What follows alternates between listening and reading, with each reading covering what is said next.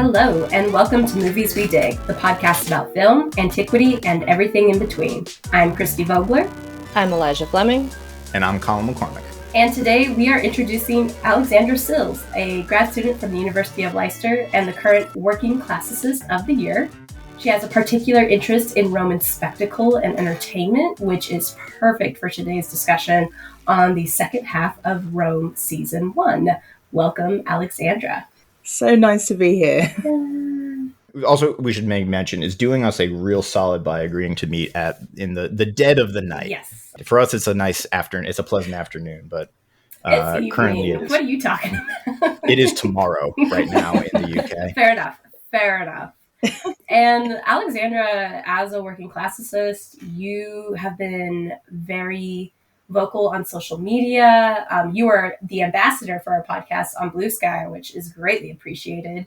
And you wrote a really interesting post on a eulogy for a hell site that we all know today as Twitter, or X, formerly known as Twitter. So I just kind of wanted to open up with, what were your thoughts on the death of Classics Twitter, and where do we go from here? I mean, it's a mixed bag, isn't it? Because there are so many things about Classics Twitter that I am so keen to never see again. The punching down, the egos. But let's face it, I mean, I wouldn't be here talking to you if it wasn't for Twitter. I wouldn't be doing anything if it wasn't for Twitter, because it's so difficult to build up a network, especially I'm a master's student. I'm not sitting in an office talking to people all day. It's given me a window into a world that I never thought I would be welcomed into. And even though I'm, on the fringes, Twitter's given me so many opportunities to meet with people, talk with people I never would have dreamed of talking to. People, I've got their books on my shelf and we have discussions. That's a huge deal, and it's never not going to feel like a huge deal for me. But when an egocentric billionaire decides to ruin something, like Rome,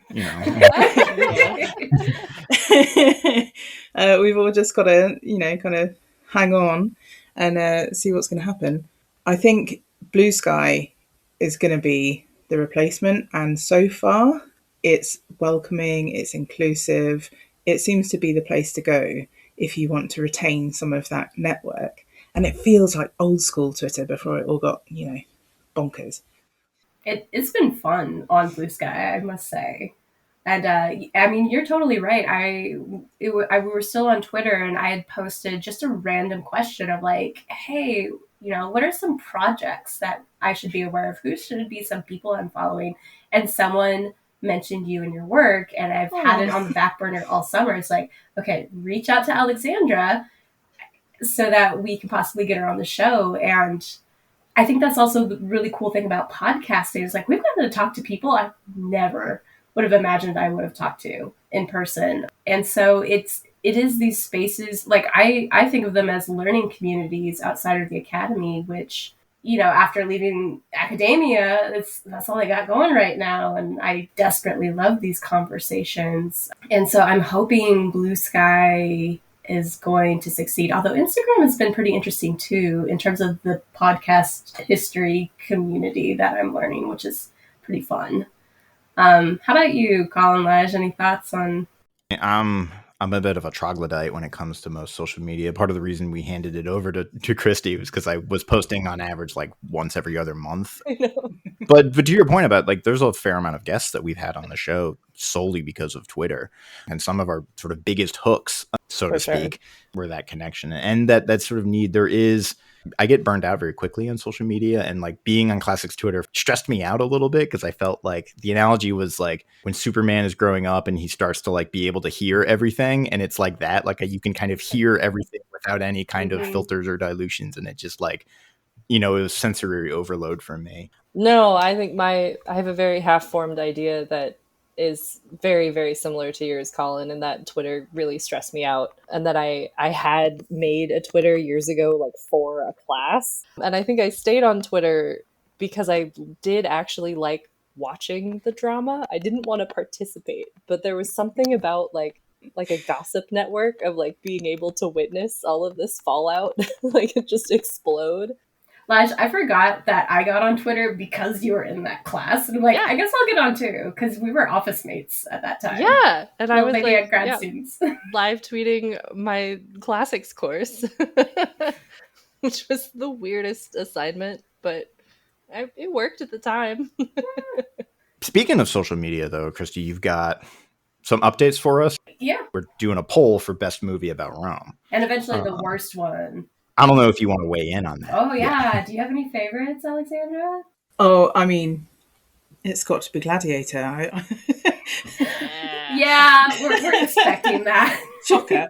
Our rule when we took bets amongst the three of us to like who's going to win the poll, and we weren't allowed to pick Gladiator. Right, and we've got a bottle of wine that's up in the wager, so there's hashtag wine on the line. But sorry, Christy, you have updates perhaps. I do. And unfortunately, Colin, you did not make it out of the knew gate. That was coming. I was fooled. Twas hubris that led me here. Yeah. I guess for Ben-Hur. Yeah. Okay. Which was up against a funny thing happened on the way to the forum. Yeah, I voted for that one. Which is who I have to go up against next. But I also have a funny one. I have Life of Brian. So like, I think Life of Brian is going to kick funny thing to the curb. I kind of agree. Yeah. I think it will. I don't know whether it should. Right. Okay. Oh, I'm so conflicted. Yeah, so we've got a bunch of fun matchups coming up. So we had two kind of that were in the first round. They're going to go up against them, like first round voting. So like Cleopatra is going to go up against the fall of the Roman Empire, which I think is a really interesting matchup. Gladiator is going to be going up against Agora, which honestly, I like Agora better, but I will not be surprised when Gladiator wins that one. And right now we have the current matchup is Quo Vadis versus Fellini's Satyricon, and then Titus versus Centurion. So basically we have two really weird films against two films we absolutely detest. So here's hoping weird wins out. Yes. And eventually all of the ones that have lost in this first round, they're going to go up in a different bracket for the absolute worst film set in ancient Rome. So those will be some fun, interesting matchups as well. I got to ask also now, since we got you here, Alexandra, do you have a worst pick? If you were to say, what's your least favorite film about Rome? And why is it Gladiator? I mean, you say that, but I've just written an article about, I had to watch it over again because the article is essentially arguing that gladiators are now an alt-right dog whistle, just like Spartans are. Mm-hmm. So from that perspective has kind of made me realise, there's so much to hate about this movie. Mm-hmm. So yeah, I'm same answer in a way. This is also, we kind of, to come back around, we were talking before the show, and as I realized as I was editing our last episode, when we were talking about the like, how often does your boyfriend think about Rome meme that's kind of going around, the thing that we kind of talked around but never really addressed was the like broiness, macho-iness, masculine dimension of like that. And we kind of talked about like the kind of like when the joke of like when men are thinking about the Roman Empire, they're thinking about like a very specific idea of it that's very much rooted in its worst iterations, like you just said, kind of like alt-right, white nationalist, misogynistic ideas about, when men were men and we could kill people we didn't like with impunity and things like that. Yeah, I think very similar to, I think, as you said, it's like Spartans, and my students just watched 300 and compared it to the, TikTok memes of how often do you think about the Roman Empire? And I think, it's definitely there to pick up on. Mm-hmm. Yeah. The interesting thing is that all of the kind of misappropriations that I've seen taken from classical reception rather than the evidence. So they're all talking about essentially films that have been inspired by Spartacus, which was written by a bunch of communists. So it's a really interesting little rabbit hole to go down. Yeah, I actually started teaching in my Greek courses. Like, I had reception being a major component of that because it did inform so much of my students' experience with the past. And so having to look at it critically, how we retell the history, how we retell the stories, I think it's just necessary in this day and age. Mm-hmm. Yeah. Does that bring us to Rome? Are we ready to talk Rome? I think we are, right? Ooh, yes. All right. Well, before we dig into it, do you guys have some too long didn't watch? summaries ready to go? Ooh. I feel like my first one stands, which was politicians like create world-ending problems for petty reasons, and poor people try to survive it. Yeah. All right, I got one. Man has shitty meeting. Yeah, that is a very succinct summary. I went with when Fortuna decides to leave you, she leaves a bloody mess. So yeah. Because that's pretty much how the last episode like really felt. It's like, all right, these guys have been riding like the fortune high. It's been going real great for a bunch of them, and then all of a sudden, it's just not going great. I mean, It's on the brain because I was literally just talking to one of my classes about the tragedy. We read the Bacchae and like kind of the idea of tragedy, and like a very the idea of tragedy is you have to start in a relatively good place and end up in a bad place, and this show takes that to heart. I think. I mean. Mm-hmm. Stories there, but we didn't even get to our sort of main question, which I guess the second half of season 1 of HBO's Rome. Do we dig it? Yes. Oh yeah, so much. Yeah, Alexandra, what was your like first experience watching Rome, and what speaks to you about this second half of the season? So Rome came out, and I'm aging myself horribly here because I am a mature student. It came out just before my 20th birthday. And if I had grown up in a different class in my country, I would have been doing a classics degree when I was watching it, but I didn't. So I had no avenue into formal study. This was kind of what the rest of us nerds had. So I loved it because I'd always loved antiquity, and finally there was something that I could see that was accessible, that I could enjoy. And I think I've watched it once a year ever since. And it's so crazy watching it now that I finally managed to get onto a classical studies course, and now I'm on my master's. Watching it back and realizing how many Easter eggs they've stuck in there that only people who have really got into the material will know. It's like watching it from a different planet. It's just so gratifying every time I see something that I recognise from a lecture or some of my own research. I suddenly feel, oh wow, okay, I can actually understand this. So just from that perspective, it's kind of one of the pieces of classical reception that I look at to kind of gauge how far I've come from being an armchair kind of nerd to formal study. So for me, I love it. I love every single second of it. It's my first time watching the second half, which I watched 3 episodes yesterday and 3 today, and I'm like, gosh, this just continues to be amazing and like blow my mind. And technically I'm an archaeologist, so like one of the moments I appreciated the most was Varanus and Pulo going to free Irene. And basically, it looks like going to the DMV, right? Like, you got your rock with your number, you're waiting in line, you're dealing with a, like, just kind of upset, doesn't care official. And then, like, it's a big deal. Like, they're literally freeing a slave, but it gets none of this pomp and circumstance. It's literally just like, next, all right, business completed. And I loved that because that really was honing in on these small, important everyday moments that we just don't think about when we think around grandiose way. This is even, I forgot to mention, I think last week, but I think maybe one of my favorite parts about the show is like that, like you mentioned, that interest in like the quotidian and the regular and things like that. But the intro, the opening credits, right, where it's like that, I think like very much like do a good job like setting the tone of like what the show is kind of about, and that it's just all of the graffiti and the like crassness, the kind of crudeness of it all, but also like the color of it all. Like it's all very bright. And I think it's, kind of the show's thesis statement about like, this isn't, your dad's like Claudius or whatever, which would have like a very staid or a very kind of, fancy mosaic, for example, as we get to that show or something like, you would think like a show set in Rome would have its opening credits would be like of a white marble statue, but it's not. It's of all this like graffiti type stuff, and that's kind of the like right that sums up the show in its essence, I feel like, very succinctly. Definitely. Yeah, I think one of the great things about this show is that it marries both the poor and the elite so perfectly. You look at other examples of films and shows, and it's always the elite, and that's it. Yeah. Which is, the history of our field is great men, right? And I think in the past, I mean, in Britain, we had, Carry On Pompeii, that kind of thing, where you saw poor people, but it was always, slapstick comedy.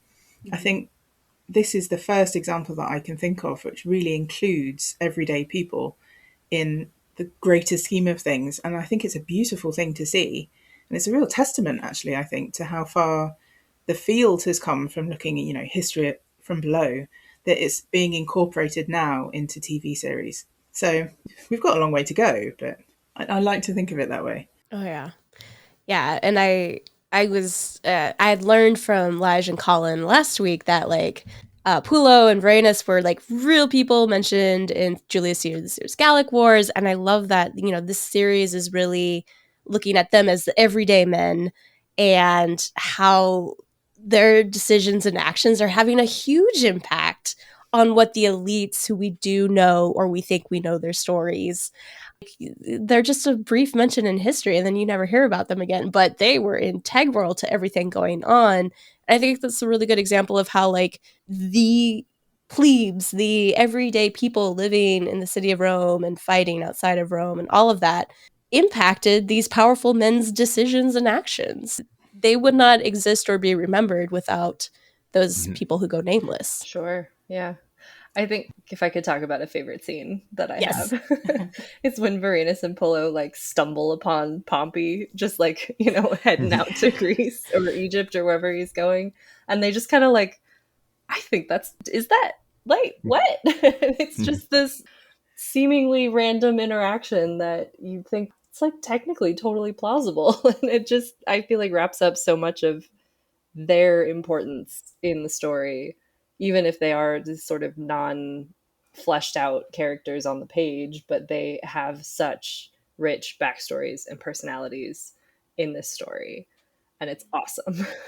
Even it comes to a head at the very end of this season where like Christy was saying, where the Caesar's assassination is only made possible because they're able to distract or lead Varanus away from the scene for long enough because the reason Caesar keeps Varanus around is because they're not going to attack him because he's too popular. And so and then this bit of gossip that just comes up right when it first drops into Servilia's lap, that Varanus's wife had a child out of wedlock. She's like, I don't care about that. Why does that matter? And then it ends up mattering in a really big way, it turns out. Yep. I don't even remember how she learned that. Olivia told her. Well, yeah, okay. This leads into my least favorite part of the second half of the season, which is the... yeah, that didn't need to happen. The strange seduction of Octavian by Octavia. Yeah, I was on board for the Servilia Octavia hookup, and then it turned that way, and I'm like, what? No, what? What just happened? Yeah, you guys, there's so many big scenes to talk about. So my small favorite funny scene is after learning about Cleopatra and Pulo's one night stand at the very end of the episode set in Egypt. We see Caesarion being presented and Pulo's just right there yay, yay. And Varanus gives him side eye and he's like, yay. I love that there are so many things that go unsaid yet are screaming very, very loudly in the looks that these characters give each other. And I feel this is not the only scene where there's no real dialogue, but exactly what's going down, and they feel the tension and this big question mark in the air. Yeah, that's an excellent scene. I think that whole episode is maybe one of my favorite. The entire Egypt arc is perhaps one of my favorites. I was about to say that's for me kind of the low point of the show. I think episodes 7 and 8 are kind of where it drags for me a bit. We're where they're stuck on that island. Okay, well, when they're stuck on that island, that is kind of a low point. And they get off the plutonic ether, and I'm like, that's just a fun way of saying corpse gas, and I love it. I mean, I'm just a fan of any scene that's got Pulo in it. Yeah. Just give me as much Pulo as possible, and I'll be happy. Yeah, Ray Stevenson very much kind of carries the show. Oh, he's brilliant. But I guess while we're kind of at it, we can just get into did you all have favorite scenes or standout moments? In that same episode, I guess, when Pullo and Varenus are like waiting for the guy to run off to try to kill Cleopatra, they're just like sitting in that little shadow of this giant old Egyptian statue. And they have some sort of conversation about like how, yeah, Egypt was like a big deal for like way before Rome was. And Pullo's like, really? And I just love thinking about like there's graffiti in Egypt from Romans who visited that's like, I was here. And it's like it was ancient to them as well. And so there's this weird like timeline condensing that I've always found super fun. And I just love that visual of them crouching in this little, up against the sun.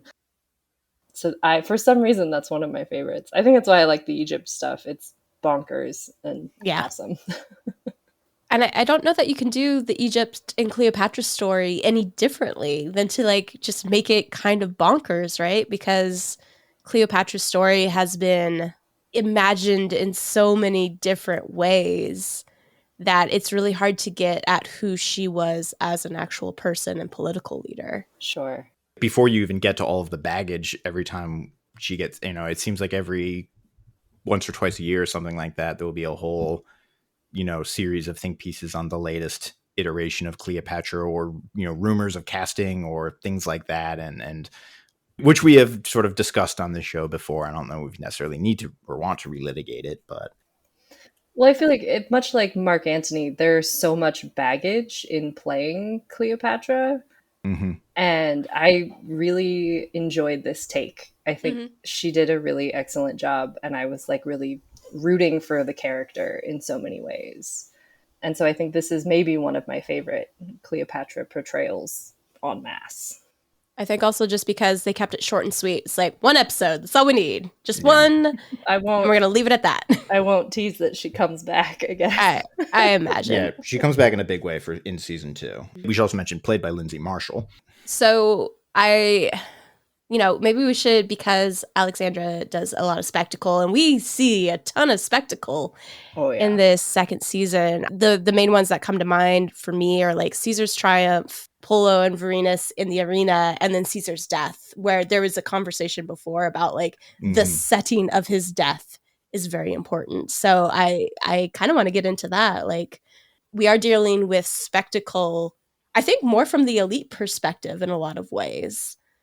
I don't know. I remember like the early bits of the triumph. It's like filmed from Niobe's perspective, right? Like, or in Varenus, they're like, they like can't see everything. There's like stuff in the way. And I'm like, yeah, that'd probably be like how it would actually be, crowded and dirty and you can't see anything.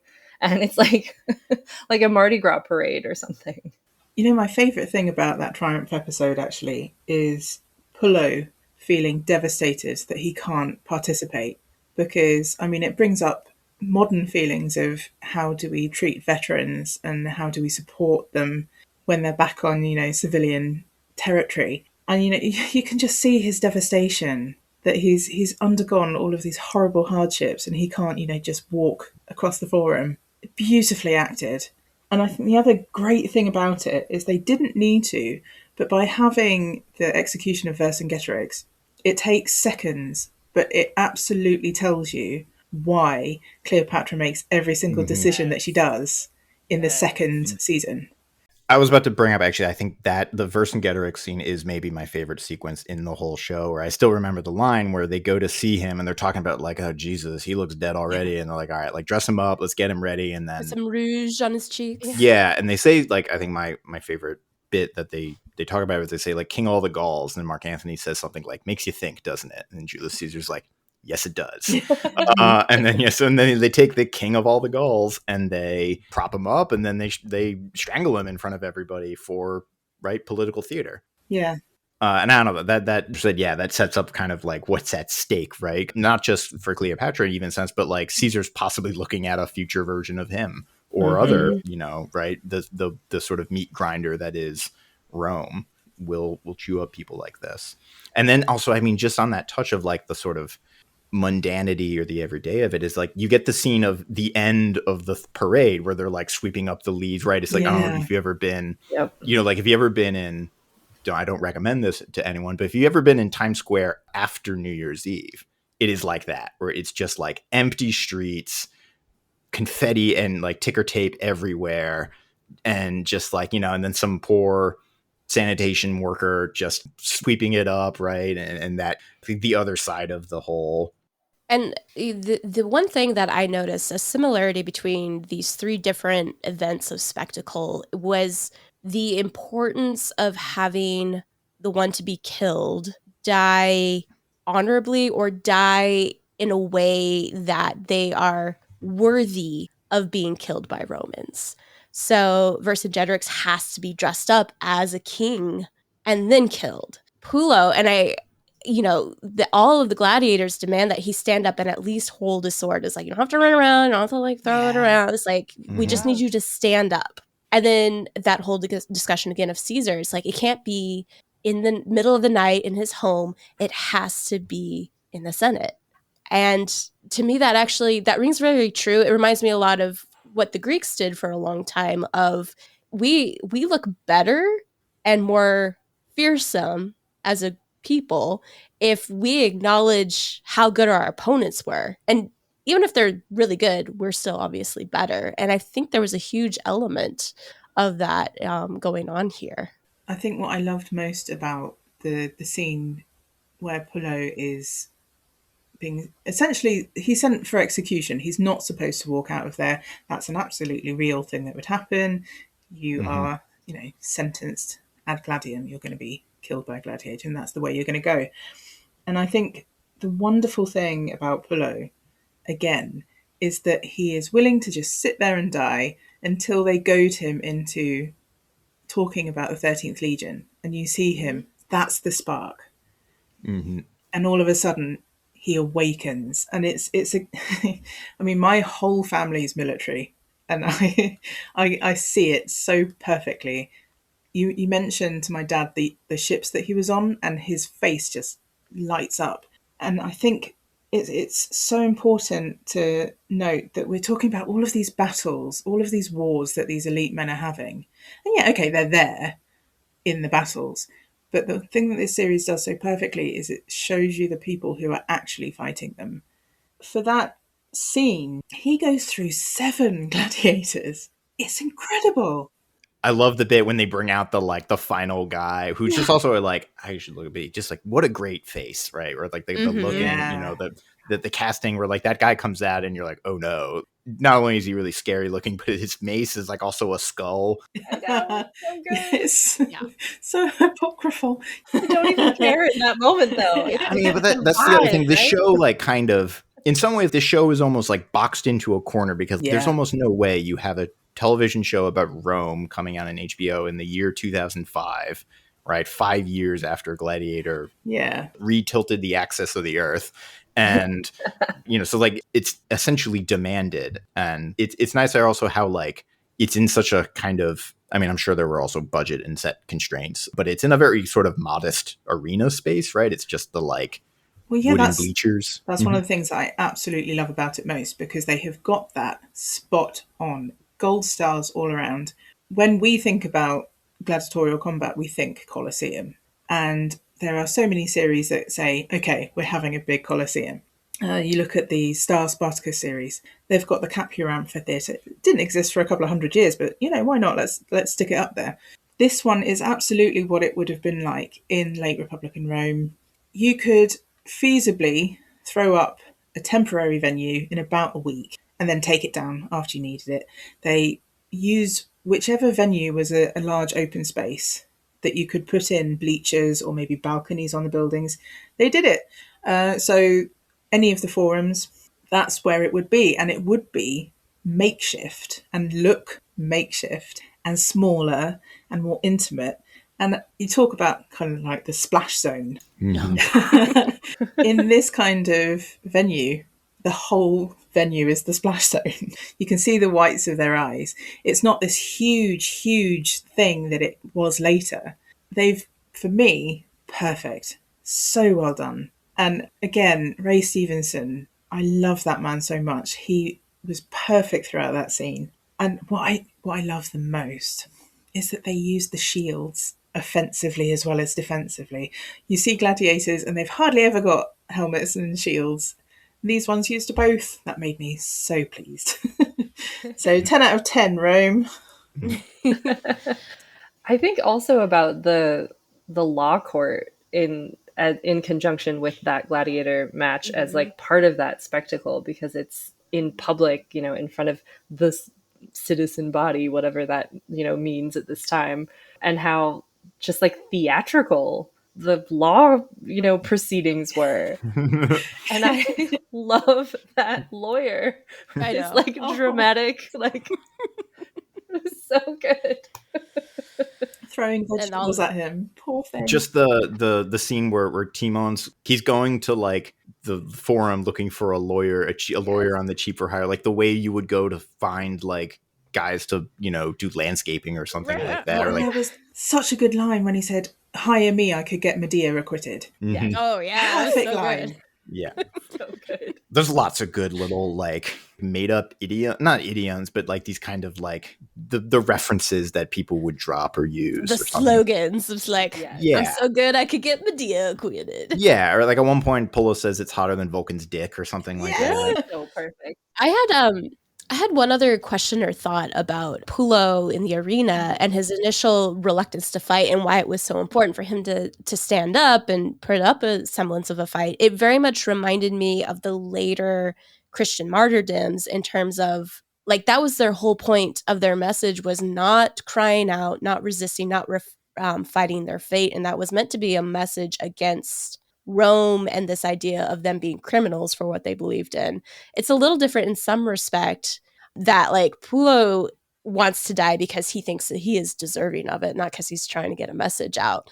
But I thought it was interesting, like bringing in that line of Rome needs these people to look guilty when they take their lives. It's not enough that they've been declared guilty. They have to look guilty in some way.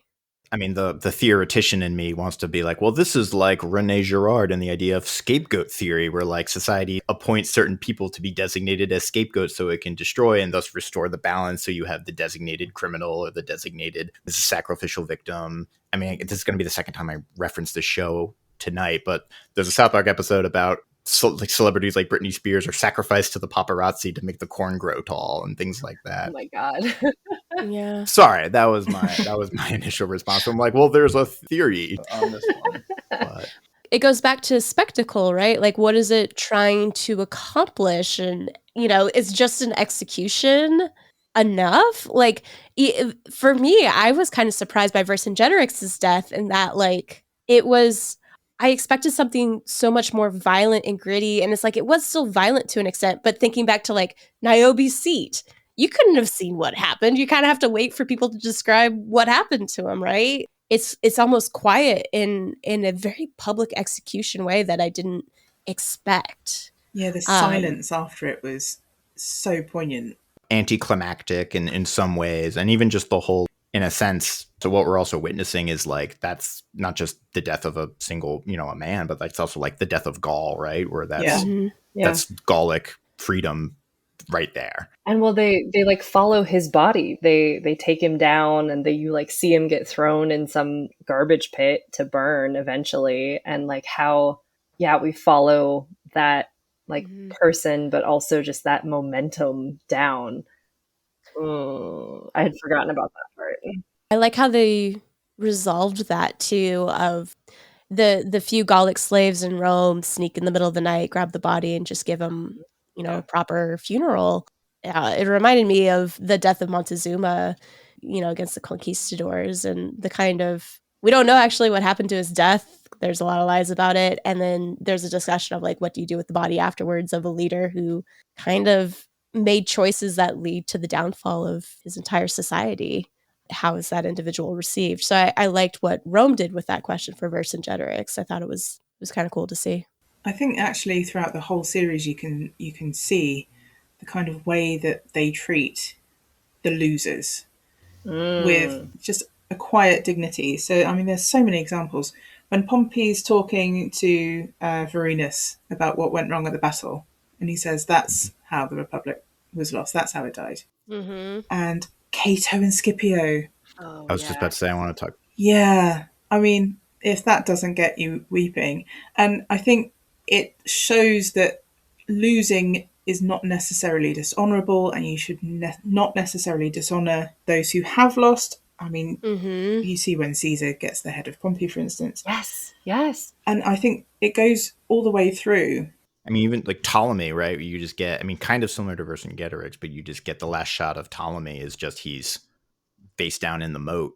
Well, and that's what's an interesting distinction being made again, too, right? Like all of these elites who knew these men, who, invited them to their homes and, dined with them, argued with them, fought against them. There is this sense of dignified respect. But then on the street, you have these, I love the plays, by the way, these plays that are just making farce of the whole thing and find it funny. And Caesar has to sit there and watch the death of Cato and my note on that part was he ain't laughing. No. Where it's just like we pan over to Caesar and he's watching the pantomime of Cato's death and he is not having a good time of it. But I was thinking of Brutus and how he deals with all of his friends have done the honourable thing, and he has gone home and he has to sit through these very posh dinners. And you can kind of see, I think Tobias Menzies is an astonishing actor, and you can see him thinking, is this better?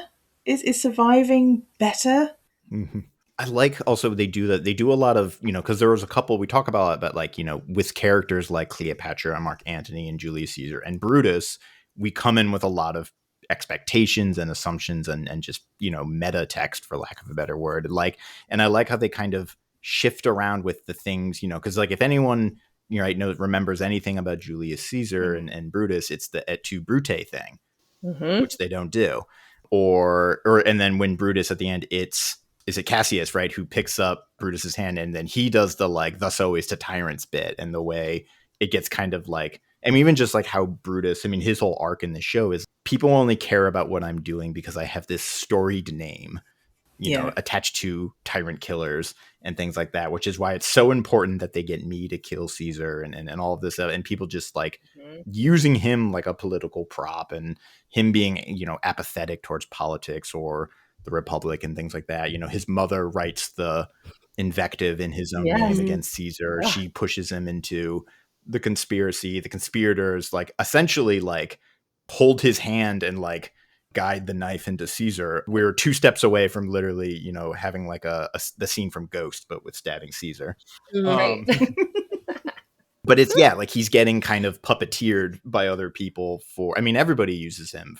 Caesar uses him right in the very first episode to, carry out his little political machinations, and then that's kind of that's his tragedy. Yeah. Well, I think also, Alexandra, about your point of him realizing and like going through the steps, I think about that scene with Cicero and Mark Antony in the Curia on the steps and like seeing this antagonistic relationship that's like still causing drama and is like still awful and terrible. It's like we're still doing this, like we haven't solved anything, and it's kind of heartbreaking to like see that. Oh, okay, we're still at this spot. Yeah, because we all have arguments with friends and extended family. Most of the time, we're not going to war against them, and then having to go back and see them every day at work. All of your dinner parties, they're there all the time. And I think they showed Cato and Scipio's suicides really, really dramatically, quietly, which I thought was perfect. And you kind of wonder, well, why did they do that? That's so soon. Yeah. Why would you do that? And then you see, oh, okay, having to go through the etiquette of pretending, oh, we're all good friends now, really. But, you've got to kowtow to this man. And I think they've done such a great job, because Julius Caesar is one of those people that I think is hero worship too much. By the end of series 1, I wanted him stabbed. Because they did such a good job of showing that actually he was fallible, but also the naked ambition, the condescension that he just poured over everybody. And there's this wonderful scene where he's playing a board game with Brutus, and he lays it on too thick, and you can see Brutus thinking, okay, yeah, mum's right. Yeah. he leaves in a rage, but then you just see Caesar sitting there quietly thinking, yeah, I think I did go too far on that one, but he can't bring himself back from it. Mm-hmm. He's an unstoppable force. He's not, spoiler alert. I think that's one of the things that this does so well is show that they all know each other. It's so incestuous. Without being literally it's essentially this. Wow. One scene. But yeah, it's a tiny group of very close-knit people and a huge set of wars because they essentially they can't get along. And I think that's one of the great things about this series, because it shows the ramifications for people like Pullo, Vorenus, and all of the others. And it makes them so human, right? Like these big, great men of history, that they're just squabbling teenagers arguing over, they're just humans. They make mistakes, fallible, And I think what I love about the last episode too, which is kind of like what ends up being the deciding factor for this group to act against Caesar, is the plebes, the Celts, and the Gauls getting positions in the Senate. And like ultimately it's like that is in fact what they are really upset about. It's like, we all hate each other, but we have been here for a long time and it is our club. No one else in. I mean, that's the thesis of Knives Out, right? Where it's like, no matter how much drama and infighting there is, the people with money will close ranks like it is their job the minute they think what they have is threatened by an outsider. And to that kind of point, the thing that I like about the show is that it sort of, I think particularly by focusing on the sort of personal human elements of all these subplots, but that it doesn't sort of end up like either hero worshipping Caesar like many are ought to do, or on the flip side, like sort of romanticizing the Republic like many people are prone to do, especially ancient Romans. But it doesn't avoid the like dichotomy trap of like Caesar good, Caesar bad, Republic good, Republic bad, because it's the kind of thing that I think it gets at is like in that scene of just also with the Roman senators and their blatant sort of elitism and racism and xenophobia, that Caesar didn't happen because the Republic was working fine, right? And I think Cato really embodies this as well. Like Cato, to me, I find him kind of insufferable in the show because he is the epitome of the like Roman republicanism, where he is like, just because it is the way of the ancestors, it's because it's the way we've always had, then this is therefore right and good, and is very myopic to all of the problems of the Republic, the way it leaves people out and people get left. He only cares about sort of him and the guys sort of in that senatorial class.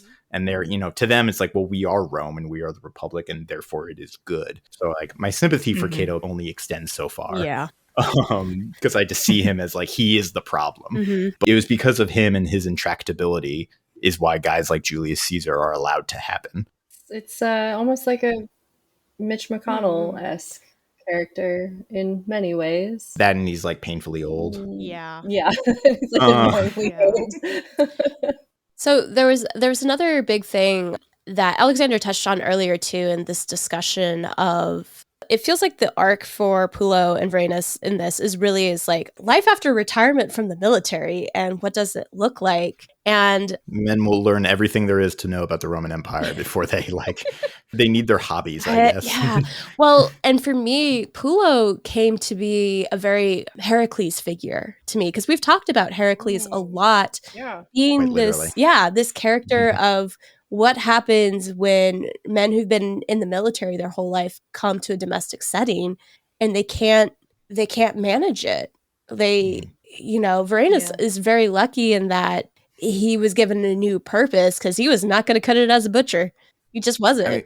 I mean, they both have their own kind of like, Vorenus craved structure and discipline of, military life. And like when he doesn't get that in civilian life, you can see it drives him to madness, literally. And then Pullo kind of on the sort of, I mean, God, not to get theory heavy, but it's like they are sort of Apollonian and Dionysian, where Vorenus is like, he is order taken too far. He's all about rules, regulations, order, structure, rank, discipline, rule following, and that's his sort of, he takes that dimension too far. That's his shortcoming. Whereas Pullo loves the kind of madness of it all, the violence, the sort of hedonism, or the living life on the edge at all times, which also is like not a good fit for just everyday civilian life. And then they both manifest sort of in their own disasters with Pullo and Irene and Varenus and Niobe. Yeah. Side note, while the men were gone being in Africa and fighting, Niobe and her sister run a very successful butcher business. And I'm like, right? Applause. Just applause. Making bank. She's like, how'd you get all this on a soldier salary? Oh, honey, I didn't. Oh, no, we're not. And this is also one of the things, we lamented last time we were talking how this only got 2 seasons and the second season was cut short a little bit because it was meant, I think, originally it was intended to be 5 seasons. And one of the consequences is this whole first season covers years of history and lots of things have to get condensed and shortened and sometimes just left out. There's a lot more meat on the bone, pun intended, right, to dig into with all of these stories and all these people. But, the story does, one of the, maybe not shortcomings, one of the regrets or laments of the show is it kind of has to, it feels like it could have taken up maybe twice as much screen time, which I don't know. Oh, sure. I mean, sometimes now we live in a television age where maybe a lot of TV shows could have been less. Shorter. But this one could have been more. I don't know. I agree. So beyond just Varenus and Pullo, I love, because when you actually look at the history of the rise of the tyrants, as well as the eventual empire, Rome has been this place that is constantly expanding, and it can only be achieved through military and accommodating for all of these people you're bringing in. And, that very important discussion that Varenus has with like his former soldier in the 13th of like, money only lasts us so long. We only know how to do one thing. So we can either give us land or we're going to use our skills. Which gets into very real problems that guys like Caesar and later Augustus are going to have to navigate, which is you have whole populations of veterans coming back into the populace who, by Roman law, are expected to receive plots of land and stipends and sort of be set up. Yes and no, right? Like that's how a lot of these political leaders came into power, was like that was one of the things they were always trying to promise. Like they had to maintain the loyalty of their veterans. So even before Caesar's, like the goal has always been, I need to get land for my veterans. And I think this Rome did a really good job of showing why that was necessary. Yeah, absolutely. And I think it's also important to note, like, when we talk about, like, giving them land, it's not so that it's, like, all of a sudden they're all going to become farmers, right? What they're really asking for is a job. Basically. It's a way to make money. Ownership. So even capital, if right? That's basically what it is. It's a 401k. Give us a 401k. Yes. For property. And I think it's a sign of, I think, how Caesar was getting far too big for his boots, and you see that when he says, "Oh well, I'll give you land in this area," and you see Mascius say, "Well, that's not even a province yet." Yeah, that's backwater. We don't want that. We want the good stuff, right? We want it in like Italy or. And I think the whole thing is just such a good way of showing how important these veterans were to keep happy. And you can almost see Caesar thinking, it's fine. I think they could have done a bit more, actually, to push the veterans narrative. I think Mascius is a great character, though. Yeah. They mentioned, look, if we don't give these guys a means, right, they're going to turn to banditry. They're going to turn their swords somewhere else. They're just going to go rogue on us. And we can't have that, particularly because Caesar's whole brand is providing for the masses. So, you could be like the guys like the Catos. I mean, I keep dunking on Cato, but the sort of old school senatorial who would just be like, the peasants will get to their dirt and they will like it. You are being crushed by debt. Should have thought about that before you became plebs, which is kind of their attitude. Eventually, also, like Caesar, once he gets in charge of the circus, then he's got to run it. It's a tricky beast.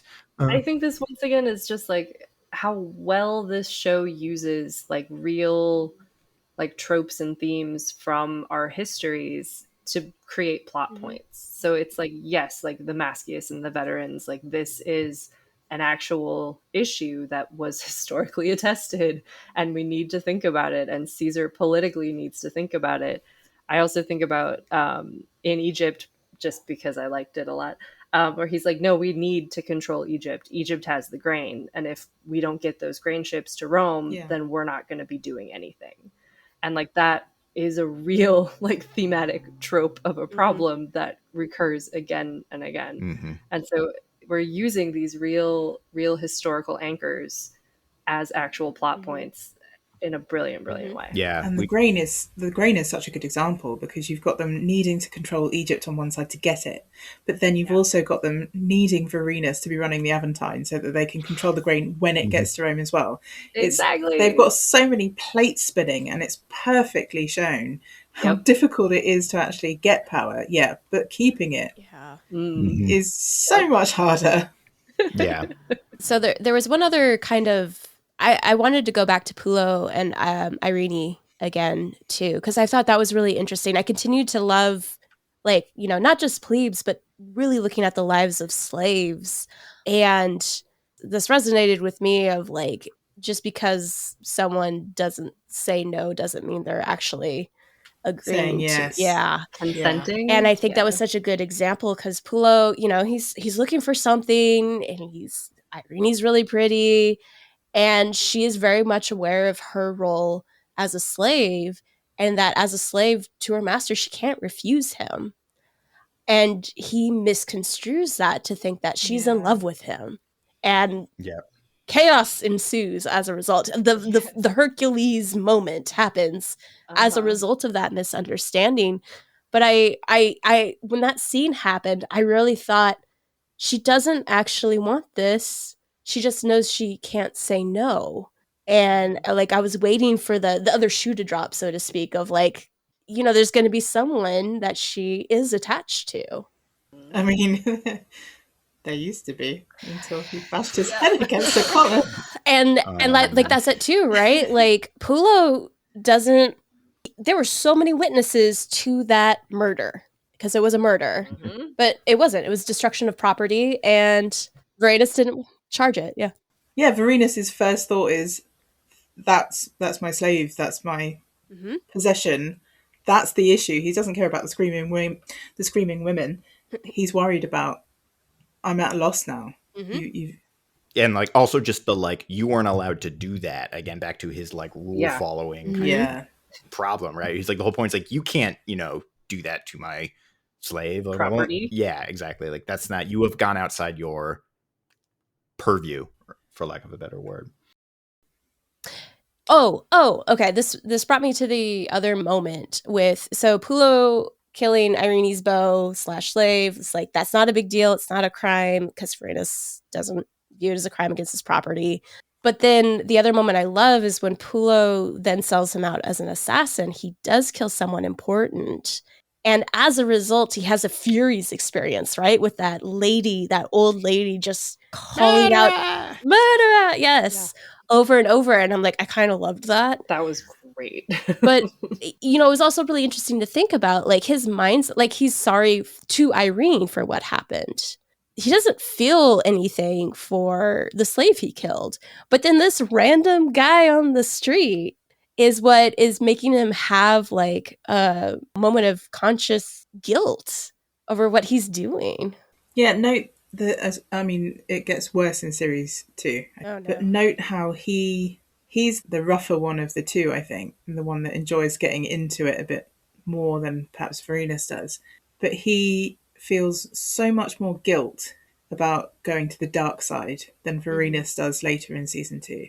I thought that was really interesting. Varenus, the rule breaker, fully embraces evil later on. Oh, no. I have so much to look forward to. Oh, yeah. And I think that the beauty of it is Pulo, he does it out of desperation and perhaps a bit of fatalism. But the beautiful thing, I think, was when he was underneath the arena and he sacrifices that bug. Because it's all that he has, but he'll give it. And he doesn't ask for his life. He doesn't ask for anything for himself. He just asks for Irene to be fine and for Varenus and his family to be fine. I thought that was really, really wonderful. This is turning into just me having a massive crush on Pulo, and it's kind of true. You know? I think it's. I mean, this is, I mean, testament to the performance and the writing and the direction. But it is, even though he does these things that are bad and murders and hurts people and things like that. Like Pullo's still the beating heart of the show at the end of the day. Yes. Yeah. Mhm. So true. We'll pull for him in a big way. 13th. Oh. And I don't know, are there other characters or anything? I don't know. We haven't really talked a lot about Lindsay Duncan's Servilia or... Oh, you know what? I was rewatching it for this because I need very little excuse to do a full rewatch. Yeah. And the scene on the Callans... No, sorry, not on the Callans. The episode is called the Callans. Which I love that touch too. Yeah. Because you want the... I in my mind, I like Mandela affected... Or maybe it's not Mandela. I had assumed the last episode was called the Ides of March. Nope, it's called the Calends of February, which I thought was a brilliant little... Just to trip me up there. Yeah, a little shift. It's a sneaky play. I loved the fact that she invited Atia over for tea on the Ides of March, and she kind of looks her in the eye and says, I want to be the one to tell you. And I thought, you know what? Everyone talks about Game of Thrones with Elena Tyrell. I was about to say, and then she says, tell her it was me. Yeah. No, the original, the best, has got to be Servilia. I love Servilia and Asia's rivalry, tainting everything around them. Yes. Mm-hmm. And the look in Servilia's eye was wonderful. It was such a great scene. I wanted to be the first to tell you. So good. It's so satisfying in some way. You're just... I feel like I've never like been on one of their sides or the other. I'm like rooting for both of them in so many ways. Yeah. Because they're both like so conniving and terrible and wonderful, and I love the back and forth. Yeah. And so this like blow in Adia's direction was just so satisfying. Like juicy. Yeah, because Adia is kind of she's the conniver, but she has sort of all the charm, right? You kind of love her despite everything she does on paper is all like, that's horrendous.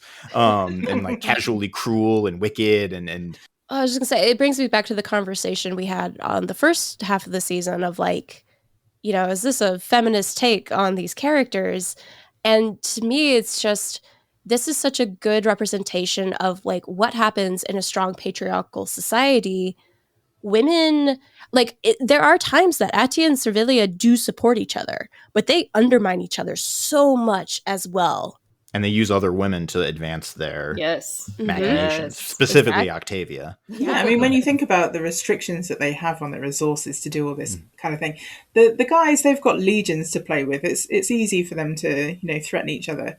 But for the ladies, it's like they're playing chess while the boys are playing checkers. Yes. Because they've got to think so many further steps ahead and plan it so much more tactically. Brilliant. Yeah. I mean, all of sort of calculations, all dependent in some way, shape, or form on like how things with the men shake out, right? Where it's like it's like the bit in the Medea speech where she says like everything is kind of contingent on like his attitude and like adds this like fourth dimension to the chessboard of, you know, the things that you may not necessarily be able to control or predict for. Yeah, I like that scene is like Atia is hearing what Servilia is saying, and she's not doubting it, but you can also tell she's kind of, she's a little shocked, but you can tell she's thinking about, okay, what's my next step? Yeah. Oh yeah. We talked a little bit about Octavian, I think, already. I don't have much to add. Baby Augustus, we'll see him again. Yeah, he's a bit more, he's a little bit of a reptile, or a little kind of he's like political Tron, you know, where he's just wants like to read his poetry. And he reads some Catullus. He does read Catullus. I was like, and that's, you know, I was rewatching it for this, and that was another time where I kind of thought, oh yeah, okay, maybe I can call myself an ancient historian now, because this time I watched it and I was like, oh, he's talking about Lesbia's bird, that's Catullus, and I was so proud of myself. It's so pathetic, I know, but I was really, really proud of myself. Hey, for take that. your wins where you can take them. Trust me, that is the fun of being a classics nerd. It's like you get to watch a film and you get to like pick up on so many things, the strangest things. Yes, you're like, I'm in the club. I know what's going on. I know the lingo. I mean, there's so many great pieces of foreshadowing in season 1 as well that I really loved. There's the scene with Mark Antony and Cicero, and he says, the hands. Yeah, give me your hands, Cicero. Brother Cicero. Nail these to the door. And I just thought, oh, that's perfect. I know it's coming, but I love that they foreshadowed it like that. I'm reminded a little bit of hands, but also of losing parts of the body, because Pompey in like antiquity becomes the source for like an infinite amount of head related imagery, and anything having to do with like something losing its head always comes back to Pompey in some way, shape, or form. And I'm almost reminded of, if you're fans of Arrested Development, where if you go back to the very beginning, there are foreshadowing that Buster Bluth is going to get his hand chopped off like from the get-go. And so like with Cicero too, because Cicero is going to get his hands chopped off. And I think and I was wondering, like, I think even there's bits in episode 1 of the show, there's like, they're already looking ahead to like, we know Pompey's like, his head's not going to be on his body at the end of this. Yep. Mm-hmm. I want to add just a little sort of bit about Pompey. I think that I liked that they kind of captured about him is that one of the pieces of literature I work the most on is Lucan's Civil War. I should mention for the audience a poetic retelling with some drama added to the Civil War, not to be taken as a historical document, but as a sort of like, what's the cultural memory of these things? With a mind of this was all bad, and bad for Rome and bad for the world. But the thing that it kind of gets out about with Pompey is that his big failure is he always wants to please everybody all the time. And that shows up in the show where he's there and he's like, we don't have to fight Caesar. We just have to wait and then he'll die. And then all the other senators are like, no, we can't like just let hunger win this for us. We have to beat him in the field. And of course, fighting Caesar in the field is exactly what you don't want to do, because he'll lose. And so, yeah, you know, Pompey basically, he had the answer in his hand of how to win. And he gets convinced, basically, he gets peer pressured into making the wrong decision to go along with the other senators. So that was a little tidbit I wanted to just throw out. I do have a random question for the actual classicists, and that is, what happened to Pompey's wife and children? Because we just see them being very sad on the boat. I mean, in the poem, they go and they have a sad funeral for him. But okay. But no, actually in real life, I'm not so sure. I don't think they die. Now that I think about it, or one of his sons carries the torch for a while, long time. Yeah. Okay. There's like a whole I was just curious because thing. they're like, I kind of liked her. She's trying to keep the kids really calm in a really bad situation. I'm like, bravo. Yeah. And then you just watch them get beheaded on the beach. I'm like, what happened? Yeah, A poor woman. Bleak real fast. Yeah. Yeah. You know, I'm going to say something, and I think as soon as I say it, there's going to be all of your listeners are going to start yelling at me. I think we needed more Cicero. I do too. Yeah. I do too. Yeah, agree. I love this rendition of Cicero. I think, yeah. What I really wanted, now that I've, you know, read all of this stuff, is I think more context, because he seems in this series, he just seems purely supercilious. And I think if the average person in the audience understood what he went through with the constant threats, the exile, I think they would have understood him a bit more, and why he makes the decisions that he does and why he sucks up like he does. I think the series could have showed more with Cicero, why he felt threatened and why he felt he might need to just go where he felt the tide was taking him. Yeah. Because again, when you see his inevitable end in series 2, I don't think it has emotional heft. But and again, this is not going to go down well with several of my friends. I think Cicero could be more of a sympathetic character here, actually. Justice for Cicero. Sorry. No, I bowling ball through all of his ideas. I can see the target being painted on my back as I'm saying it. Nah, you're fine. He's divisive, I know, but we talked about how, like, one of the things I think the show's pretty good about is about sort of contextualizing stuff without necessarily exposition dumping. What's the Republic and who is Sulla and what does all this stuff mean, which is all like floating around in everybody's heads and why it matters. And I think Cicero is kind of one of the cases where I feel like the show doesn't quite do him justice of like, why is he such a political force to begin with, right? Why does he care about tyrants and conspiracies and overthrowing the Republic? His whole kind of background, because if you were to do a litmus test and show this show to somebody who knew nothing about Rome and were like, what's Cicero like? I feel like they might, I mean, granted, our perception of Cicero is also warped because we've been reading stuff he wrote about himself or to his friends. The pendulum swings back and forth on him because he has had an undue amount of influence on the whole. I mean, even just the way we learn Latin in some ways is kind of like to read Cicero. If Rome ever came, like Rome HBO ever happened again, I would actually almost run a prequel of Sulla. Yes. Setting up a young Julius Caesar. Yeah. Interesting. And like giving context for like, why does it matter that Caesar's unwilling to confiscate Italian land to give to his veterans? Like, you give a little more context there. You get to see a little bit more of how did Caesar build up to who he was. It wasn't how did Pompey, just right? How did Pompey? Pompey? Exactly. Oh, Pompey, yeah. Butcher, Yeah. right? Why do people care what Pompey does and Yeah. says? Mm-hmm. Do they mention the Catalan conspiracy at all in the No. series? I don't think they so. do. I don't think they do. I mean, No. it just would have needed a couple of sentences, for him to say, when I saved the Republic. And then his whole character would have made so much more sense. Yep. Yeah. Mhm. Yeah. Because that is why people gave him certain people gave him deferential treatment, is because he does have this big claim to fame. And they don't mention it. It seems just like a wasted opportunity. That's why, I mean, he gives himself deferential. A friend of mine once characterized Cicero, and I will never forget it.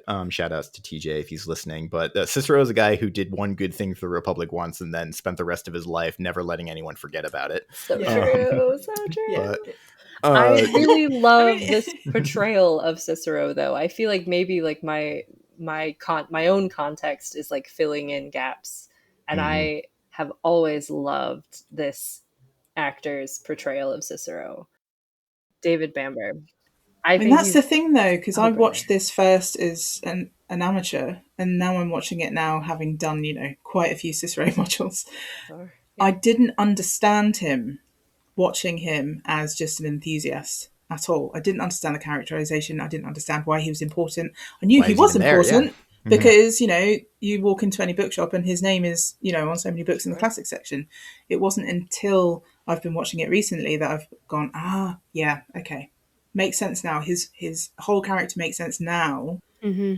Seeing him as this kind of broken man, because they don't give you the context of before he was broken. He was this, firebrand of a speaker. I mean, you don't even seem like be that good at speak. That was like just the first episode is the only time you really see him speak with this guy. Like, you wouldn't necessarily walk away with the assumption of like this guy was regarded in his time as being like the gold standard for how to argue, right? Or like, he literally wrote the playbook for like how to be a good public speaker.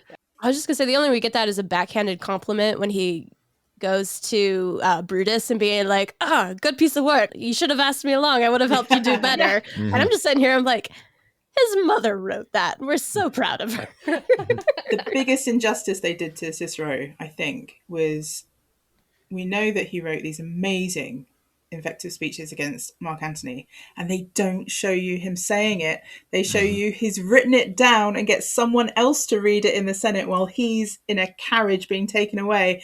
I wanted that scene of him laying into Antony in front of the whole Senate. I wanted that scene so badly. Poor Cicero. Justice for Cicero. This is going to segue maybe into a thing that I've been sort of champing at the bit to say, but in terms of like performances that I think steal the show and really kind of walk away, my favorite hands down performance in this entire series, bar none, is Ian McNeice, who plays the newsreader. Yes. Every scene where he's in like Caesar pursues scroll drop. He does a scroll drop in a scene. Amazing. He's only in the show for collectively maybe like 10 minutes. Yeah. Oh, but they're perfect. He takes the scene and he just puts it in his bag and he walks away with it. Absolutely. Because and it all just is like, no, Pompey isn't. I can't even do a good impersonation of it. Of just like in Greece, Caesar follows. He's like the hand gesture is like, I want all of my news for the rest of my life to be read to me by that man who just like I want to wake up and be like, it is sunny outside. Yeah. I love that you can hear in his voice when he's delivering these lines, what are these guys up to? This is what I'm having to report. Seriously. Yeah. We mentioned this a little bit last time of just like, this show is also really good for just like character actors, small parts. There are some characters that really like another one that jumped out is I think in the second episode, there's a guy who's like one of the ringleaders for the mob for the Pompeians. And he has like a little tiny scene, but he really just chews into it. And it's great, right? There's lots of little small bit performances here on that I think are just so wonderful. It's a real kind of banquet of just excellent British character actors just coming out of the woodwork. Yeah. Watching it from our side of the pond, it's just it's like they all got signed up for jury duty. You've got to do a couple of scenes in Rome. It's like, okay, yeah, fine. Yeah. They're all there. Yeah, in the States we have Law and Order, and every actor that ever goes on to do anything is in Law and Order at some point. Star Wars got to that point too. Getting to that. Yeah, it becomes like an incubator for. Yeah, and we took Roman Band of Brothers, so I think we won on that one. Yeah, you did. So, like, Rome season 1, a perfect show, a perfect season. Well, I mean, what is perfection? Take away the incest. Yeah, that didn't need to happen. Yeah. I feel like that's just like a salacious thing that we expect because Rome. It's interesting. You can, if you were to chart the like sex, violence, and nudity over the course of the season, like I feel like you would see like it goes in these like peaks and ebbs. Yes. Right? It feels like, oh, maybe we're losing the audience, and it almost feels like some studio note or something like that, where it's like we need this what if ratio they bang? of yeah, we need this amount of sex and nudity and all this stuff. I thought it was interesting that the hookup between Servilia and Octavia has to happen at the same time that Caesar is hooking up with Cleopatra. Yep. Yeah. Just can't have a lesbian scene. Nope. You know, the thing I found interesting as well is that we talked about Pullo doing these horrible things, and we still have to root for him. We just can't help it. Personally, after the incest scene, I couldn't root for Octavian and Octavia in the same way after that. It did kind of kill the sympathy dead. Yeah. So Pullo's doing these horrendous things, and I will defend that man until I die. But with those two, the incest, no, it just... I wonder if it's... I mean, not to make excuses for any of them, but like, I wonder if with Pullo, like it's almost more believable or understandable. With the Octavian thing, it feels a little contrived a little bit. That it's like, it is maybe a bridge too far too, that she would agree to do this, that he would also like, he would go along with it and then immediately be like, oh, I know why you did that. Yeah. No. Or, and also pretending like he wasn't also, it doesn't take two to tango. Right. Yeah. No. But the suggestion that he'd always wanted it and been thinking about it for a while, that where was that shown at all? He'd been presented so asexual before that. Yeah, he was young, but still, like, when he sleeps with a prostitute and it's just like, turn around, just get this over with, blah blah blah. Yeah. And like all of a sudden he's like, I'm really interested in my sister, who I've only just not seen for 2 years. Still grew up with her. Yeah. Still know a lot about her, but 2 years absence, she looking real good. No. Yeah. What? And even just like to come back to like that Octavian, I mean, I don't know. We can sort of debate, right? There's a tendency, I feel like, in writing and these stories of like people who are very, very successful politicians or leaders, something like that, having some kind of sexual hang up or oddity or something like that going on with them, that like Augustus couldn't have just been a regular teenage boy. He kind of he needed to be like a weird. Yeah. Wrong. I'm struggling to find the right word to describe him. Well, you know, it's interesting because I did a bit of Googling in preparation for this discussion, and I found a couple of forums from way back when it was first airing, and the neurodivergent community were watching this and thinking, yes, okay, we understand him perfectly because he's neurodivergent coded. Yeah. And I think, okay, so this is, I don't know whether that was deliberate on their part, but you think about some of the horrific things that he did as Augustus. I mean, is that one way to kind of think about it? It could foreshadow it. I very much read him as that as well. But again, it seemed like such a drastic change in characterization, and maybe we need to get some neurodivergent guests on here to speak to that aspect a bit more, because I love that they showed Caesar experiencing an epileptic seizure as well, because like I honestly didn't know about that until we watched the animated Cleopatra, and I went down a whole rabbit hole about this one too. About like, oh man, was this ever a thing? Is it like, can we tell? Can we make any? The answer is no. The TLDR is it's kind of it's really hard to say. But it exists in the. I think it's mostly Shakespeare is why I think we think that we associate these Caesar with epilepsy. But it almost like that's one of those things where like it kind of comes with the territory sometimes. But It wrote like for the early 2000s. I'm just really impressed. Like we've got media coming out today that just isn't quite this diverse in representation. Are they getting everything right? Yeah. No, but damn, they were doing a good job for the time. I agree. Yeah, I mean, 2005 was a hellscape. Yeah. Absolutely.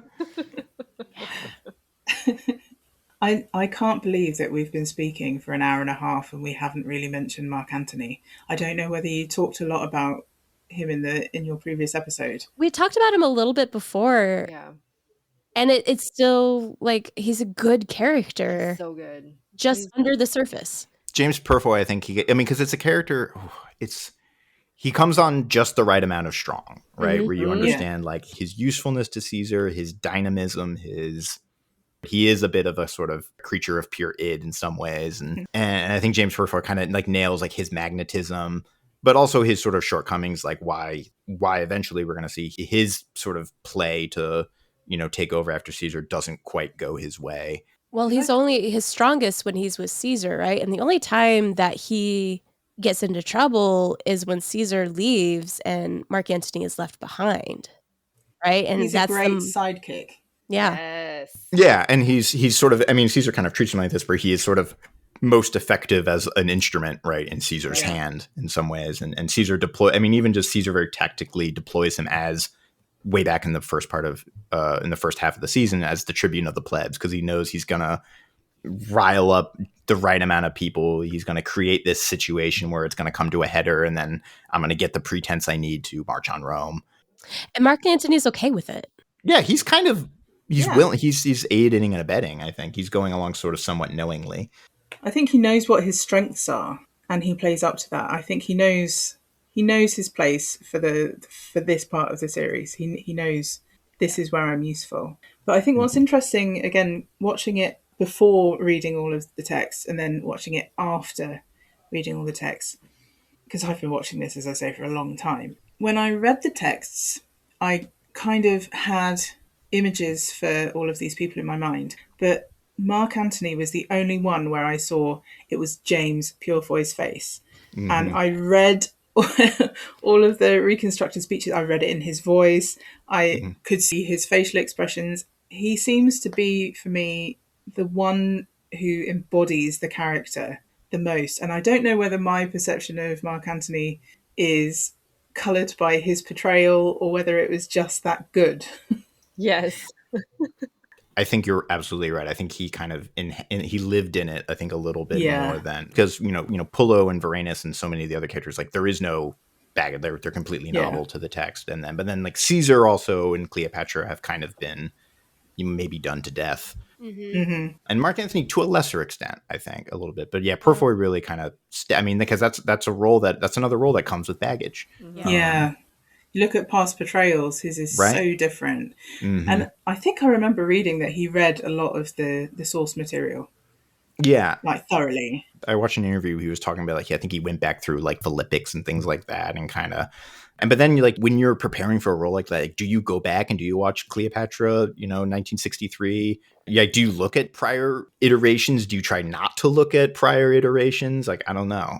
I mean, Henry Cavill read and played all the games for The Witcher, and look what we got from that. So, you know what? There's some actors who can pull that off. Still a sore subject for me. Oh, yeah. I know, all our hearts are being broken by like these shows that technically just end too soon. Yeah. I may have said this before on mic, but my hot take is Witcher is just fantasy Jack Reacher. You're not wrong, but again, I'm not mad about it. No. Yeah, I'll take it. I would suggest that if anyone is interested, if you go to Rome, you can tour the sets. Cinecittà Studios do tours of all of the sets that they've still got up. And I went on this one. I was the only person speaking English in a completely Italian group. And I think the tour guide saw, okay, she's a bit different. So she kind of just let me wander around, look with eyes as big as dinner plates, whilst, trying not to cry. Oh my God, I'm walking through the forum. So listeners, if you enjoy Rome, get to Rome, and it's incredible seeing the sets in person. They've all the tiny bits of graffiti that they use in the credits are still there on the walls. Oh, cool! So good.